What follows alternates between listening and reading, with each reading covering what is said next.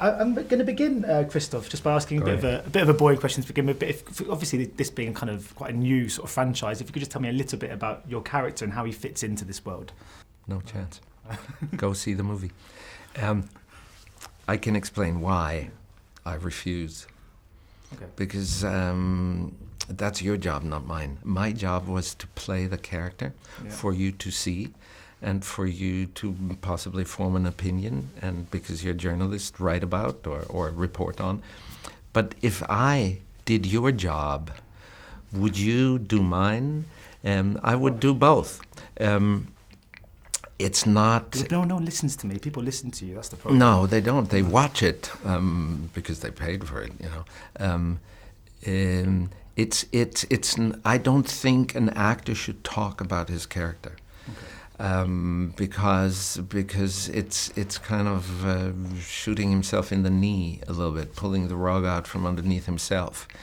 I'm interested in what you think about it. I'm not interested in you agreeing with me. Okay. Well, I thought he was a very warm character. Well, there you go. There we go.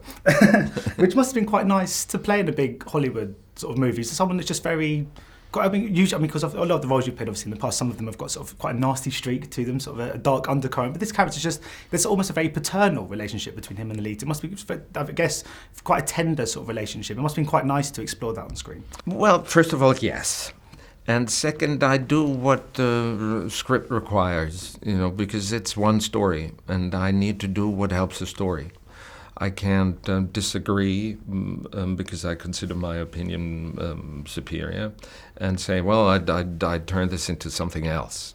Which doesn't mean that I can't discover stuff that maybe even the writer only wrote into the script subconsciously.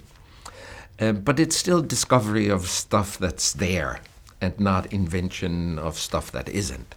I mean, in regards to sort of the team behind this, I mean, obviously you've got John Landau producing, Robert Rodriguez directing, and James Cameron on screenwriting duties. I mean, it's kind of so much sort of talent and so much kind of pedigree in the industry. I guess when you do get asked to be in a movie like this, when you hear those names behind it, it must make the decision a hell of a lot easier to No, it doesn't. It makes it more difficult. Because of course I'm impressed as much as you are, and then I have to double check whether I tend to sort of fly to it, to rush to it, because I'm so impressed. It's still the script that counts, and my enthusiasm about these fantastic people could probably interfere easier with my decision than some healthy skepticism. And what's it like seeing this on the big screen? Because it is one of those movies where I imagine so much of it comes to life in post-production, where a lot of the effects are put in. I mean, I guess what you were shooting when you were on set is obviously quite different to what we sort of see on the screen. In a sense, a lot of these, obviously the effects, the kind of, I imagine there's quite a few motion captures and sort of green screen. Yeah, but the motion was there. You know, the capture is their problem. The motion is our problem. But it must have been amazing seeing it all come together. I mean, when you see it. Yeah. No, but why I'm saying that is that what we do is what we do, no matter what.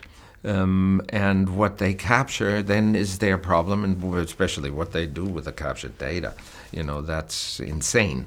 But yes, of course, when you see it and when the music plays and you have it in I don't know how many channels around you, and you put your 3D glasses but that's audience, and we are trying to evoke that experience when we shoot. So the perspective is the other end, and motion capture or not, we still are actors who are human and do what humans do.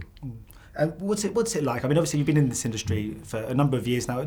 Does it ever get normal seeing yourself up on the big screen in a room full of people? How's that experience? Yes, that gets normal, but that doesn't mean that, as with all things normal, that they're all alike. Yes, it's my life, and I've been doing it for a number of years, as you pointed out. But that experience to seeing myself on a screen, yes, it has become normal. And you're directing, so are you directing soon, is that right? Are you getting behind the lens? Did you notice my stare? No, I can't read it though. No.